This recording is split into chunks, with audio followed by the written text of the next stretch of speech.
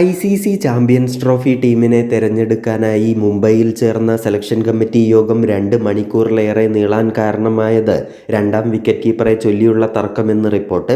ടീമിലെ second wicket കീപ്പറായി ഫോമിലുള്ള സഞ്ജു സാംസണിനെ ടീമിലെടുക്കണമെന്ന് വാദിച്ചത് ഗൗതം ഗംഭീർ ആയിരുന്നു. എന്നാൽ സെലക്ഷൻ കമ്മിറ്റി ചെയർമാൻ അജിത് അഗർക്കറും ക്യാപ്റ്റൻ രോഹിത് ശർമ്മയും ഋഷഭ് പന്ത് തന്നെ തുടരട്ടെ എന്ന നിലപാടിലായിരുന്നു.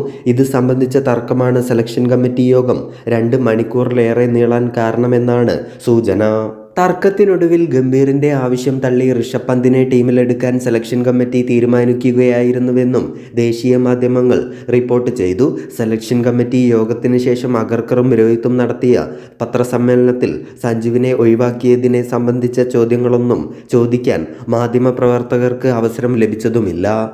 മറ്റൊന്ന്, ചാമ്പ്യൻസ് ട്രോഫി സെലക്ഷനിൽ പന്തിനേക്കാൾ മുൻപ് സഞ്ജു സാംസണാണ് വരേണ്ടത് എന്ന് മുൻ ഇന്ത്യൻ താരം കൈഫ്. പന്തിൻ്റെ ടെസ്റ്റ് പ്രകടനങ്ങളെ കൈഫ് പ്രശംസിച്ചു. എന്നാൽ കീപ്പിംഗിൽ ഇതിഹാസ വിക്കറ്റ് കീപ്പർ MS ധോണിയുടെ നിലവാരത്തിൽ പന്ത് ഏതാണ്ട് എത്തിയെന്നും കൈഫ് പറയുകയുണ്ടായി. എന്നാൽ ലിമിറ്റഡ് ഓവറിൽ സഞ്ജു ആണ് പന്തിന് ഏറെ മുന്നിലെന്ന് കൈഫ് തറപ്പിച്ച് പറഞ്ഞു. അത് എല്ലാവരും സമ്മതിക്കേണ്ടതുണ്ട് എന്നും അദ്ദേഹം പറഞ്ഞു.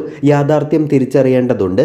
വൈറ്റ് ബോൾ സ്റ്റാറ്റസുകൾ അദ്ദേഹത്തിൻ്റേത് സഞ്ജുവിനെ പോലെ ശക്തമല്ല. സഞ്ജു ചാമ്പ്യൻസ് ട്രോഫിയിൽ തൻ്റെ സ്ഥാനം അർഹിച്ചിരുന്നു. പന്ത് കൂടുതൽ കഠിനാധ്വാനം ചെയ്യുകയും തന്നെ തെറ്റിദ്ധരിപ്പിക്കുന്ന ആളുകളെ ഒഴിവാക്കുകയും വേണമെന്നും കൈഫ് അഭിപ്രായപ്പെട്ടു.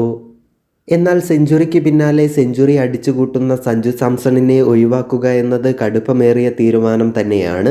അവനെ പുറത്തിരുത്തിയതിന് ന്യായീകരണമൊന്നുമില്ല. എന്നാൽ ഋഷഭ് പന്ത് കളി മാറ്റിമറിക്കാൻ കെൽപ്പുള്ള താരമെന്ന നിലയിലും ഇടംകയ്യൻ ബാറ്ററെന്ന ആനുകൂല്യത്തിലുമാണ് ICC ചാമ്പ്യൻസ് ട്രോഫി ടീമിലെത്തിയത് എന്നാണ് ഞാൻ വിശ്വസിക്കുന്നത് എന്നായിരുന്നു സുനിൽ ഗവാസ്കർ പറയുകയുണ്ടായിരുന്നത്. ചാമ്പ്യൻസ് ട്രോഫി ടീമിൽ ഇടം കിട്ടാത്തതിൻ്റെ പേരിൽ സഞ്ജു നിരാശനാകേണ്ട കാര്യമില്ല. കാരണം എല്ലാ ക്രിക്കറ്റ് ആരാധകർക്കും അവന് ടീമിൽ ഇടം കിട്ടാത്തതിൽ സഹതപിക്കുന്നുണ്ടെന്നും ഗവാസ്കർ വ്യക്തമാക്കി.